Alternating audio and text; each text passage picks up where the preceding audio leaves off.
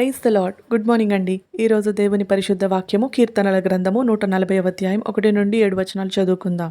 యెహోవా, దుష్టుల చేతిలో నుండి నన్ను విడిపింపుము, బలాత్కారము చేయువారి చేతిలో పడకుండా నన్ను కాపాడుము. వారు తమ హృదయములలో అపాయకరమైన యోచనలు చేయుదురు, వారు నిత్యము యుద్ధము రేప జూచుచుందురు. పాము నాలుక వలె వారు తమ నాలుకలు వాడి చేయుదురు, వారి పెదవుల క్రింద సర్పవిషమున్నది. యెహోవా, భక్తిహీనుల చేతిలో పడకుండా నన్ను కాపాడుము, బలాత్కారము చేయువారి చేతిలో నుండి నన్ను రక్షింపుము. నేను అడుగు జారి పడునట్లు చేయుటకు వారు ఉద్దేశించుచున్నారు. గర్విష్ఠులు నా కొరకు ఉరిని త్రాళ్లను చాటుగా ఒడ్డియున్నారు, వారు త్రోవ ప్రక్కను వలపరిచియున్నారు, నన్ను పట్టుకొనుటకై ఉచ్చుల నొగ్గియున్నారు. అయినను నేను యెహోవాతో ఇలాగు మనవి చేయుచున్నాను, యెహోవా, నీవే నా దేవుడవు, నా విజ్ఞాపనలకు చెవియొగ్గుము. ప్రభువైన యెహోవా నా రక్షణ దుర్గము, యుద్ధ దినమున నీవు నా తలను కాయుదువు. ఆమెన్.